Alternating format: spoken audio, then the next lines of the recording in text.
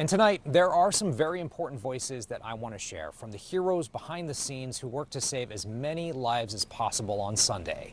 And for the first time, 7 News Detroit's Darren Cunningham is hearing from the emergency room doctors in the trenches as the victims were rolled into the ER. 3 people injured in Sunday's attack remain hospitalized here at Henry Ford Genesys Hospital, but they're no longer critical. We're told their conditions have improved.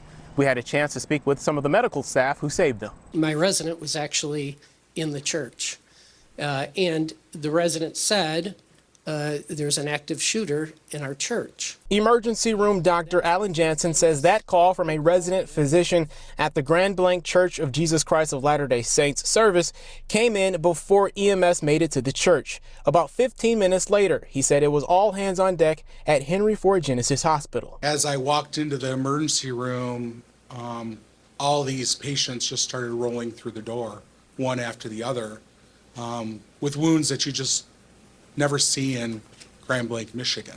They say several medical staffers attend the church, with family members among the injured, including the youngest patient. Dr. Sanford Ross treated that 6-year-old boy, whose parent is a resident physician at the hospital. He was shot in the arm. He didn't shed one tear. He walked in the emergency department stoic.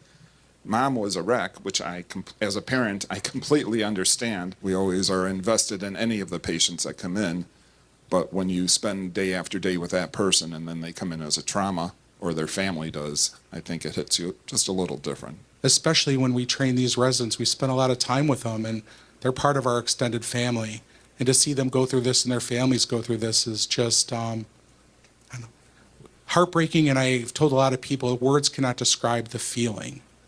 We really shouldn't have to go through this in any community. Sadly, one of their 8 patients died. In their efforts to save lives on that fateful day, the doctors said having a unified team made the difference. Recruitment happened very fast. Everyone from EMS to the fire department to your police to your registration to all your techs in the department and your nurses, and we had some outstanding nurses that day especially.